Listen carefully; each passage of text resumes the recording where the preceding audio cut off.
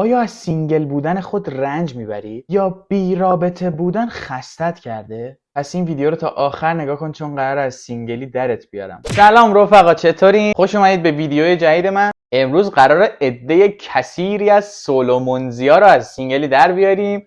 این ویدیو رو تا آخر نگاه کن. یه سری برنامه خارجی و یه سری برنامه ایرانی بهت معرفی میکنم واسه دوستیابی. یه برنامه هم آخر ویدیو معرفی میکنم که اون مخصوص دوستانیه که میرن دنبال خراب بازی و برنامه اولی که میخوام بهت معرفی کنم که توی iOS و اندروید میتونی استفادهش کنی، میتونی راحت دانلودش کنی. اسمش بادو یا همون بدو هست. تو این اپلیکیشن وقتی که شما ثبت نام میکنین، اول باید یه دونه عکس پروفایل، یه عکس پروفایل جذاب، یه بیوگرافی جذاب و یه توضیحاتی مثلا مثل اسمت، سنت، شهری که توش زندگی میکنی، اینا رو بنویسی توی اون برنامه و شروع کنی به لایک کردن کسانی که تو خوشت میاد ازشون. یعنی اونا هم همونجوری مثل تو اومدن ثبت نام کردن، عکسشون رو گذاشتن و توی صفحه اصلی برنامه عکسشون میاد. حالا اون عکس اگه تو از روی عکس از طرف خوشت بیاد که لایکش میکنی و اونم اگر تو رو لایک بکنه و اونم از تو خوشش بیاد، این برنامه شما دوتا رو به هم وصل میکنه و یک صفحه چت براتون باز میکنه. و بعد از اینکه این صفحه چت براتون باز شد، شما میتونید قرار بذارید، میتونید با هم حرف بزنید و میتونید با هم دیگه برید توی رابطه. توضیحات اضافه‌ای هم بخوام راجع به این برنامه بدم، میتونم بگم که این برنامه جزء تاپ 3 برنامه‌های دوستیابی، یعنی جزء ستای اول برنامه‌های دوستیابی بود. من نگاه کردم و چک کردم و بسیار کاربردیه دیگه. برید استفاده کنید، حالشو ببرید. برنامه بعدی که همه یا اکثرا اسمش رو شنیدین، برنامه تیندر هست. تیندر توی رنکینگ این برنامه‌ها شاید باورتون نشه ولی رنکینگ 18می رو داشت. یعنی 18 تا برنامه بهتر از تیندر هم ما داریم که مناسب دوستیابیه، ولی خب تیندر هم بهتون معرفی میکنم. از بدیهای تیندر و دلیل اینکه 18 توی رنکینگ به خاطر اینه که پولیه. یعنی شما ثبت نامت رایگانه، میری عکستو میذاری، همه چی رایگان، ولی خب اون دسترسی به اون ویژگی هایی که تو نیاز داری توی اون برنامه پولیه. حتی تو برنامه بدوی، همون برنامه قبلی که معرفی کردم، اونم پولی بودا، ولی خب ویژگی های بیشتری در اختیارت میذاره. در کل مثلا شما توی تیندر 4 نفر اگر از شما خوششون بیاد و تو هم اونا رو لایک کرده باشی، ممکنه 2 نفر یا حتی 1 نفرشو به تو نشون بده و بگه برای 3 نفر بعدی تو باید پول بدی و دیگه اینجوری رایگان نیست که بیای برداری ببری و اینا.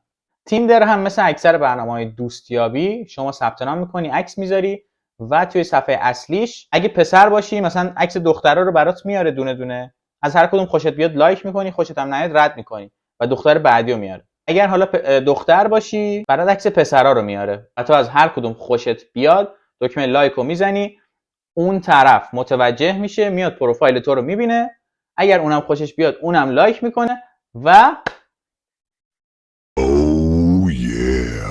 خلاصه برنامه اینجوری کار میکنه. خب حالا برنامه ایرانی چی میتونم بهت معرفی کنم؟ ببین در کل برنامه هایی که ایران میسازه اصلا به درد نمیخوره، خب ولی من معرفی میکنم تو هر کدوم دوست داشتی استفاده کن. اولین برنامه ایرانی برنامه باهم هست. اسم برنامه باهمه و شما میری داخل اون برنامه و مثل اینستاگرام پروفایل میسازی، پست میذاری و میتونن بیان لایک کنن و درخواست دوستی بهت بدن. این برنامه ها هم تقریبا یه ذره نزدیک برنامه خارجی عمل میکنه. شما باید بالاخره یه پروفایل خوب، یه بیوگرافی خوب و اطلاعات تو کامل قرار بدی که اون طرف هم اگه خوشش اومد تو رو لایک کنه.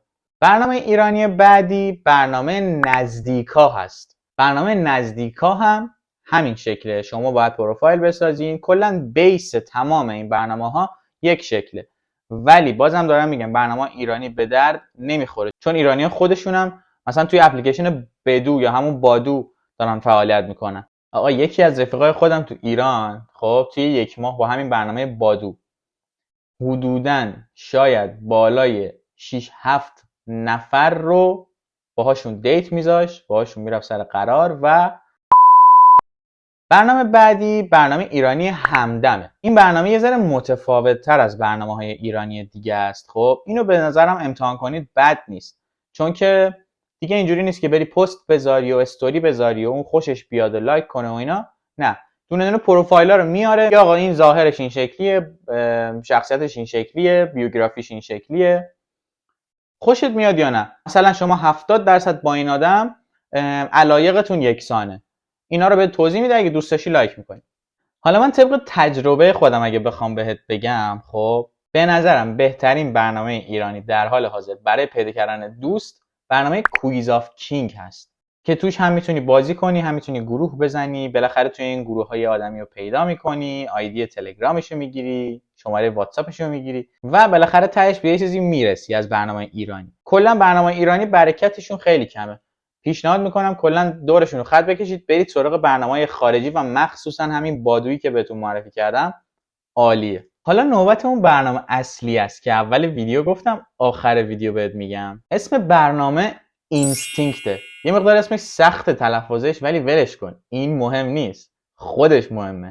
ببین فرق این برنامه با برنامه‌های دیگه چیه؟ برنامه‌های دیگه خب دوستیابی و واسه یه رابطه نرمال و شروع یه رابطه نرمال، ولی این برنامه واسه رابطه نرمال نیست، واسه رابطه های همونجور که گفتم مخصوص خراب بازی و ایناست.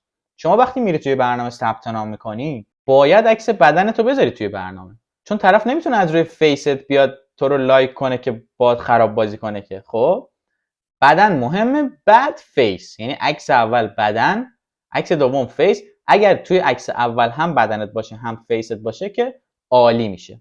این برنامه رو من نمیدونم توی ایران کار میکنه یا نه، ولی به نظرم برید امتحان کنید.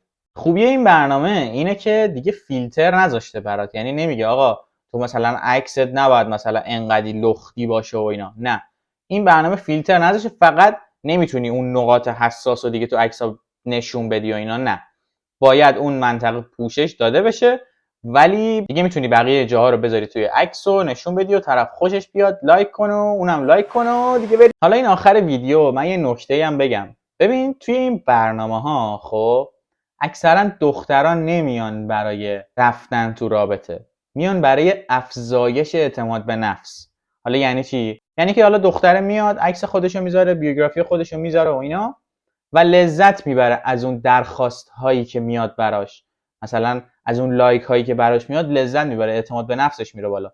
وگرنه طرف مگه چقدر باید زحمت بکشه بره تو رابطه؟ بالاخره دختره دیگه، اینستاگرامش رو چک میکنه، دایرکت ها رو چک میکنه، حداقل 100 نفر اونجا منتظرشن. خب پس توی این اپا دخترای کمی واقعا میخوان دنبال رابطه باشن. خب اینم حواست باشه. البته خب ممکنه طرف اصلا قصد تو رابطه رفتن نداشته باشه، خب قصد افزایش اعتماد به نفس داشته باشه، ولی تو انقدر توی چشمش بری و چشمش تو رو بگیره که لایکت کنه و کلا برید برای جنگولک بازی. برید نصب کنید، تجربیاتتون رو توی کامنت ها برام بنویسید، دوست دارم بخونم، چیزای جالبی در میاد از توش. و هر مشکلی هم که با این اپلیکیشن رو داشتید همون توی کامنت ها از من بپرسید، من بهتون میگم چجوری حلش کنید. برید عشق کنید. مرسی از همگی.